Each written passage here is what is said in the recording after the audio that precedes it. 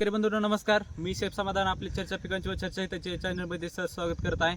तरी आपण आजचा पॉईंट जे की शेतकरी बंधूंसाठी सगळ्यात महत्त्वाचा राहणार आहे. आजचा पॉईंट म्हणजे आपला असा आहे की थंडीमध्ये काय होते की बऱ्याच जणांचे प्लॉट जे आहेत ते ट्रेसमध्ये जातात. टोमॅटो पीक असेल किंवा इतर कुठलेही पीक असेल जे आहे ते थंडीमध्ये जास्त काय आहे तर ट्रेसमध्ये जातात प्लॉट. तर आपण त्यावर प्रथमतः हे जी 5 मी कॉम्बिनेशन सांगणार आहे तर ते आपण ड्रिपद्वारे द्यायचे आहेत.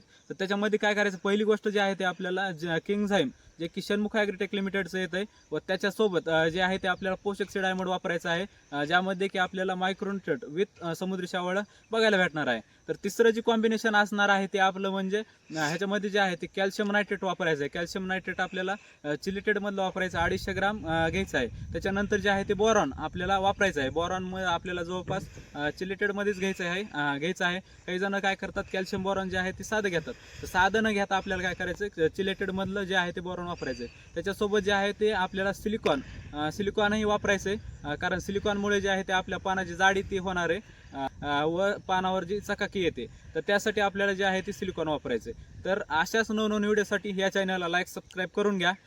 धन्यवाद.